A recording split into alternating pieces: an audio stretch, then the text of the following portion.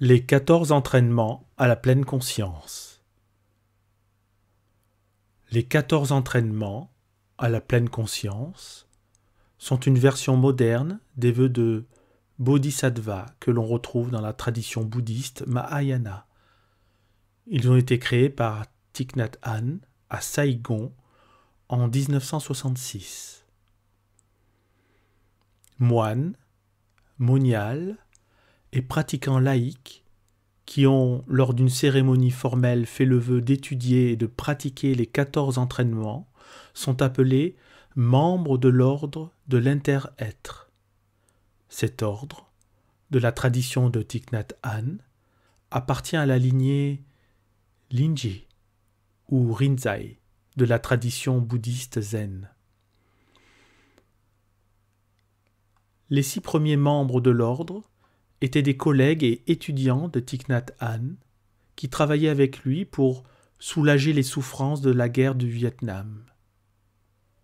En rejoignant cet ordre, ces personnes s'engageaient à pratiquer diligemment la pleine conscience, à développer un mode de vie éthique et à agir avec compassion au sein de la société. Aujourd'hui, les 14 entraînements à la pleine conscience nous donnent une image de la façon dont nous pouvons vivre en harmonie, en communauté. Ces entraînements sont donc suivis et appliqués dans les 9 monastères et centres de pratique de la tradition du village des Pruniers. Et il y a aujourd'hui plus de 2000 hommes et femmes laïcs qui suivent ces entraînements en étant actifs dans leur communauté locale. Cette version est la version révisée qui a été présentée par Thich Nhat Hanh lors des grandes cérémonies de février 2012 au village des Pruniers. Les 14 entraînements à la pleine conscience. Les 14 entraînements à la pleine conscience représentent l'essence de la communauté de l'inter-être. Ils sont la torche qui éclaire notre chemin, le bateau qui nous porte, le maître qui nous guide. Ils nous permettent de toucher la nature de l'inter-être dans tout ce qui est et de voir que notre bonheur est très étroitement lié à celui des autres. L'inter-être n'est pas une théorie. C'est une réalité que chacun d'entre nous peut expérimenter directement à tout moment. Les 14 entraînements à la pleine conscience nous aident à cultiver la concentration et la vision profonde qui nous libère de la peur et de l'illusion d'un soi séparé. Premier entraînement, ouverture d'esprit. Conscients de la souffrance provoquée par le fanatisme et l'intolérance, nous sommes déterminés à ne pas faire preuve d'idolâtrie et à ne pas nous attacher à une doctrine, une théorie ou une idéologie, même bouddhiste. Nous nous engageons à voir les enseignements bouddhistes comme des moyens pour nous guider et nous aider à pratiquer le regard profond et développer ainsi notre compréhension et notre compassion. Ce ne sont pas des doctrines pour lesquelles nous nous battrons, nous tuerons ou nous mourrons. Nous comprenons que le fanatisme, quelle que soit sa forme, est la conséquence d'une vision dualiste et discriminante. Nous nous entraînerons à regarder toute chose avec ouverture d'esprit et avec la vision de l'inter-être pour transformer le dogmatisme et la violence en nous et dans ce monde. Deuxième entraînement, non-attachement aux vues.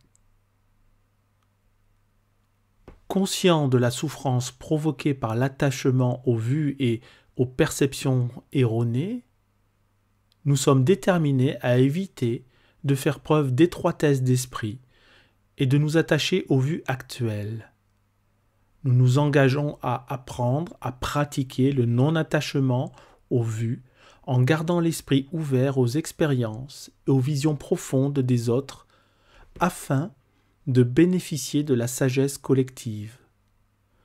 La vision profonde se révèle par la pratique de l'écoute compatissante, du regard profond et du lâcher-prise des notions, plutôt que par l'accumulation des connaissances intellectuelles.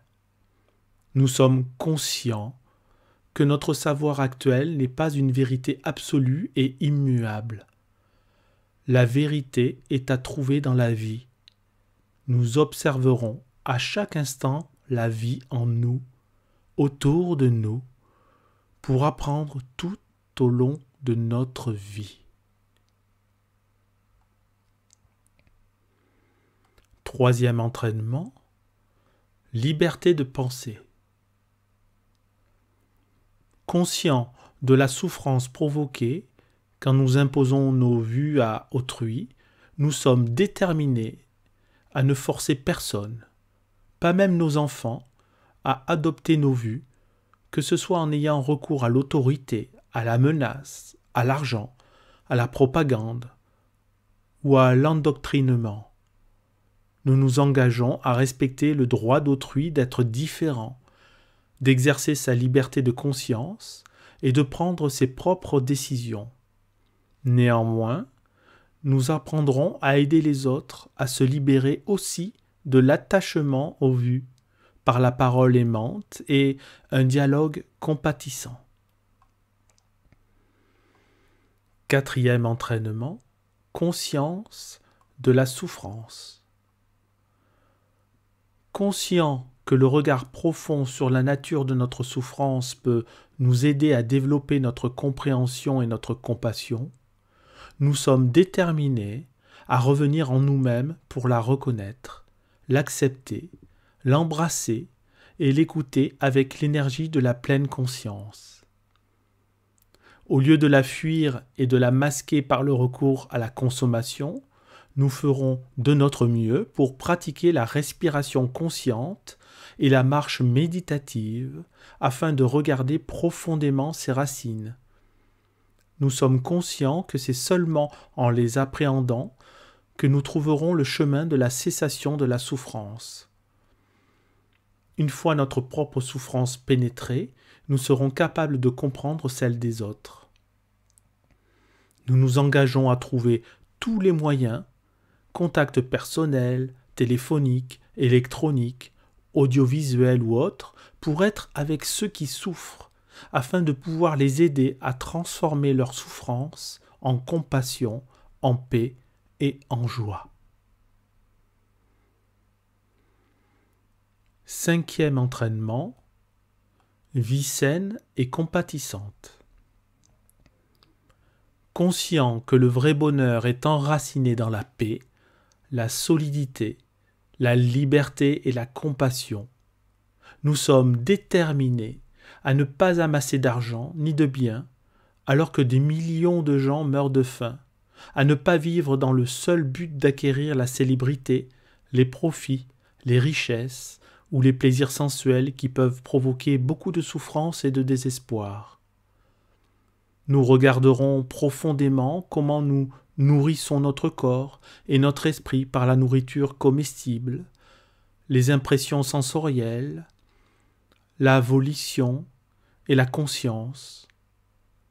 Nous nous engageons à nous abstenir de jeux de hasard, d'alcool, de drogue, et de tout autre produit tel que certains sites internet, jeux électroniques, émissions de télévision, films, magazines, livres et conversations qui peuvent intoxiquer notre corps, notre conscience, ainsi que le corps et la conscience collectifs. Nous consommerons de manière à préserver la compassion, la paix, la joie, le bien-être dans notre corps, notre conscience et dans le corps et la conscience collective de notre famille, de notre société et de la Terre. Sixième entraînement, prendre soin de la colère. Conscient que la colère bloque la communication et crée la souffrance, nous nous engageons à prendre soin de l'énergie de la colère quand elle surgit, à reconnaître et à transformer cette semence, ces semences qui sont profondément enfouies dans notre conscience. Quand la colère se manifeste, nous sommes déterminés à ne rien dire, à ne rien faire, mais à pratiquer la respiration consciente ou la marche méditative pour la reconnaître, l'embrasser et la regarder profondément. Nous sommes conscients que les racines de la colère ne sont pas extérieures à nous-mêmes, mais se trouvent dans nos perceptions erronées et dans le manque de compréhension de notre propre souffrance et celle de l'autre personne. En contemplant l'impermanence, nous pourrons nous regarder ainsi que la personne qui, selon nous, est à l'origine de notre colère, avec les yeux de la compassion, et alors reconnaître combien nos relations sont précieuses. Nous pratiquerons la diligence juste pour cultiver notre capacité de compréhension, d'amour, de joie et d'inclusivité. Ainsi, nous transformerons progressivement la colère, la violence, la peur en nous et nous aiderons les autres à faire de même. 7e entraînement, s'établir heureux dans le moment présent. Conscient que la vie n'est accessible que dans le moment présent, nous nous engageons à nous entraîner à vivre pleinement chaque instant de notre vie quotidienne. Nous essaierons de ne pas nous perdre dans la dispersion, de ne pas nous laisser emporter par les regrets du passé, les soucis du futur ou l'avidité, la colère et la jalousie du présent. Nous pratiquerons la respiration consciente pour être attentifs à ce qui se passe dans l'ici et le maintenant.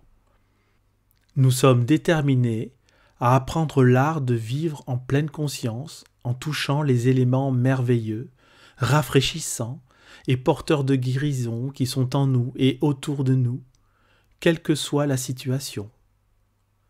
Ainsi, nous pourrons cultiver les semences de joie, de paix, d'amour et de compréhension en nous-mêmes, afin de faciliter le travail de transformation et de guérison dans notre conscience profonde.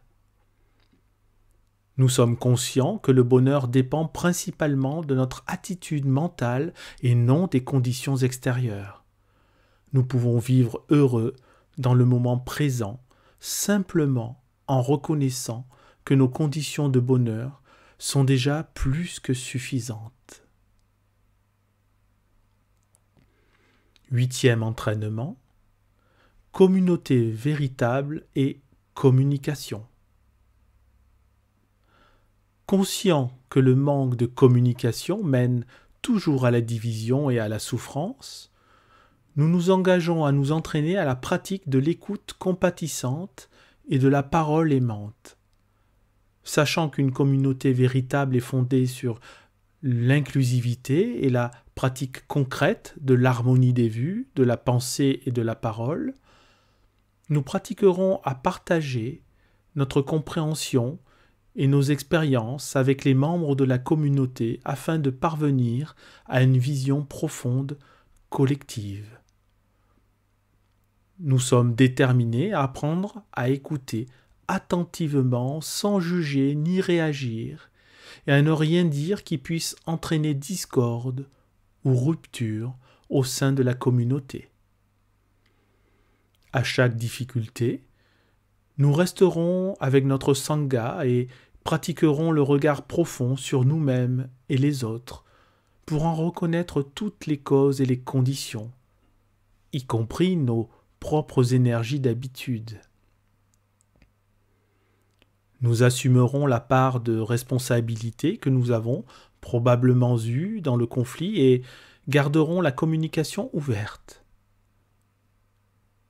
Nous ne nous comporterons pas en victimes, mais ferons tout notre mieux pour trouver les moyens de nous réconcilier et de résoudre tous les conflits, aussi petits soient-ils. 9e entraînement, paroles sincères et aimantes.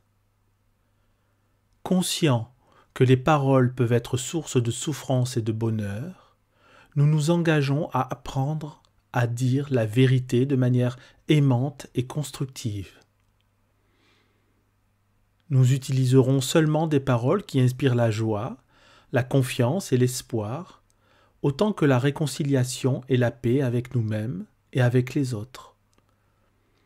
Nous parlerons et écouterons de façon à nous aider nous-mêmes et à aider les autres, à transformer la souffrance et à trouver les moyens de surmonter les difficultés.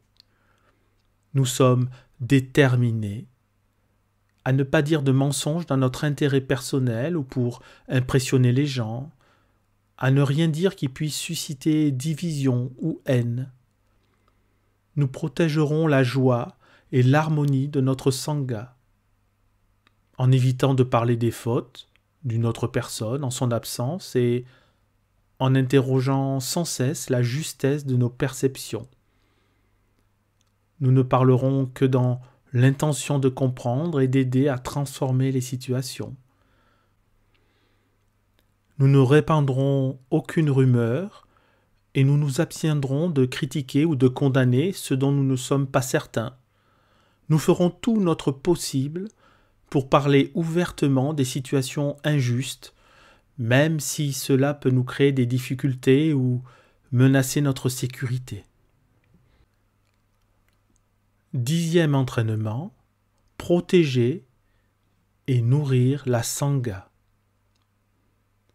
Conscient que l'essence et le but d'une sangha sont la pratique de la compréhension et de la compassion, nous sommes déterminés à ne pas utiliser la communauté bouddhiste pour notre pouvoir ou notre profit personnel et à ne pas transformer notre communauté en un instrument politique.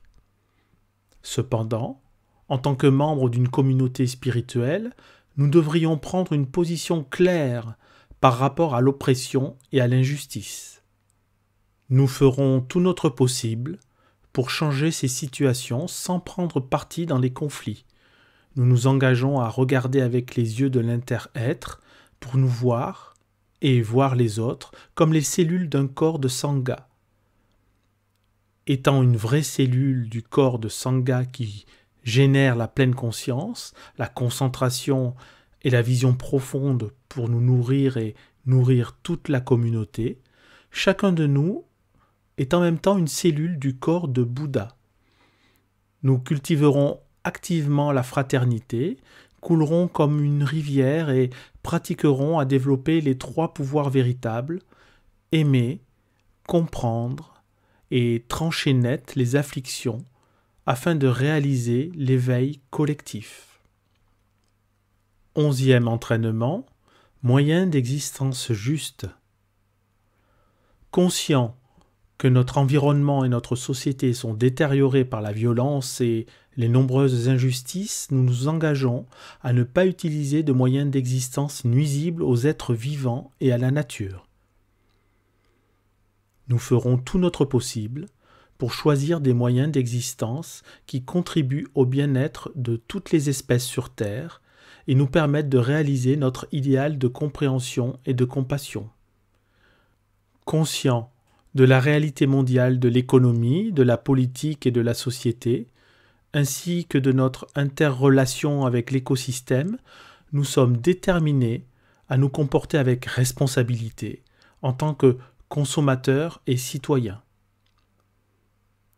Nous n'investirons pas et ne commercerons pas avec les sociétés qui contribuent au tarissement des ressources naturelles, qui nuisent à la terre et privent les autres de leurs chances de vie. 12e entraînement, respect de la vie.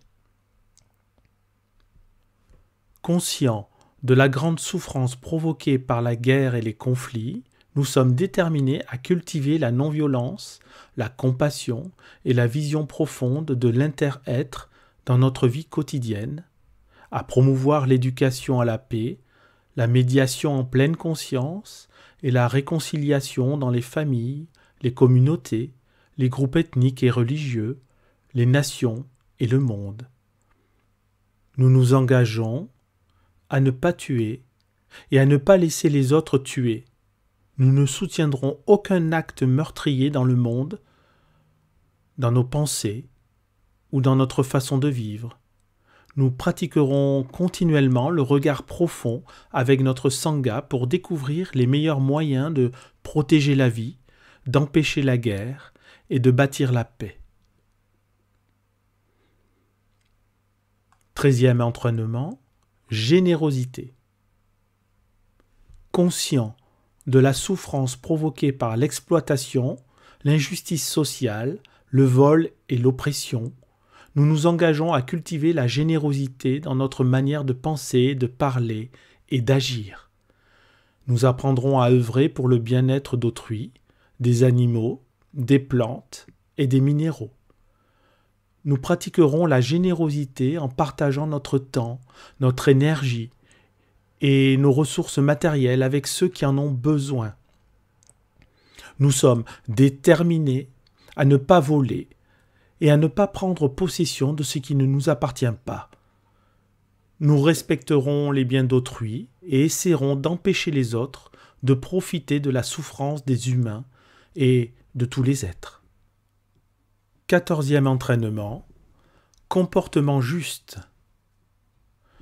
Pour les membres laïcs, conscients que le désir sexuel n'est pas l'amour et que les relations sexuelles motivées par l'avidité ne peuvent pas dissiper les sentiments de solitude, mais qu'elles engendrent plus de souffrance, de frustration et de solitude, nous sommes déterminés à ne pas avoir de rapport sexuel sans compréhension et amour mutuel, sans engagement profond, durable et connu de nos proches.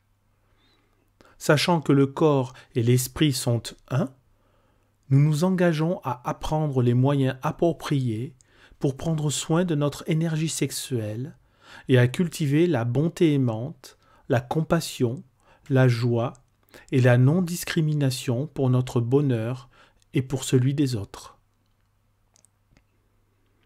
Nous devons être conscients de la souffrance qui pourrait être provoquée dans le futur par des relations sexuelles. Nous savons que pour préserver notre bonheur et celui des autres, nous devons respecter nos droits et engagements ainsi que ceux d'autrui. Nous ferons tout notre possible pour protéger les enfants des abus sexuels et pour empêcher les couples et les familles de se briser à cause de comportements sexuels irresponsables. Nous traiterons notre corps avec compassion et respect. Nous sommes déterminés à regarder profondément les 4 sortes de nourriture, comestibles, sensorielles, volition et conscience, et à apprendre les moyens de préserver et de canaliser nos énergies vitales, sexe, respiration et esprit, pour réaliser notre idéal de bodhisattva. Avant de contribuer à l'apparition de nouvelles vies, nous serons pleinement conscients de notre responsabilité et nous méditerons sur leur futur environnement. Pour les membres monastiques, conscients que l'aspiration profonde d'un moine ou d'une moniale peut seulement se réaliser lorsqu'il ou elle abandonne complètement les liens charnels, nous nous engageons à pratiquer la chasteté et à aider les autres à adopter un comportement sexuel responsable. Nous savons que les sentiments de solitude et de souffrance ne peuvent se dissiper par un rapport sexuel, mais plutôt par la pratique de la bonté aimante, de la compassion, de la joie et de la non-discrimination. Nous sommes conscients qu'un rapport sexuel peut détruire notre vie monastique, nous empêcher de réaliser notre idéal de service des êtres vivants et nuire à la vie d'autrui. Nous apprendrons les moyens appropriés de prendre soin de notre énergie sexuelle. Nous sommes déterminés à ne pas opprimer notre corps, à ne pas le maltraiter ou le considérer comme un instrument, mais à nous occuper de lui avec compassion et respect. Nous sommes déterminés à regarder profondément les 4 aliments pour préserver et canaliser nos énergies vitales, sexe, respiration, esprit, afin de réaliser notre idéal de bodhisattva.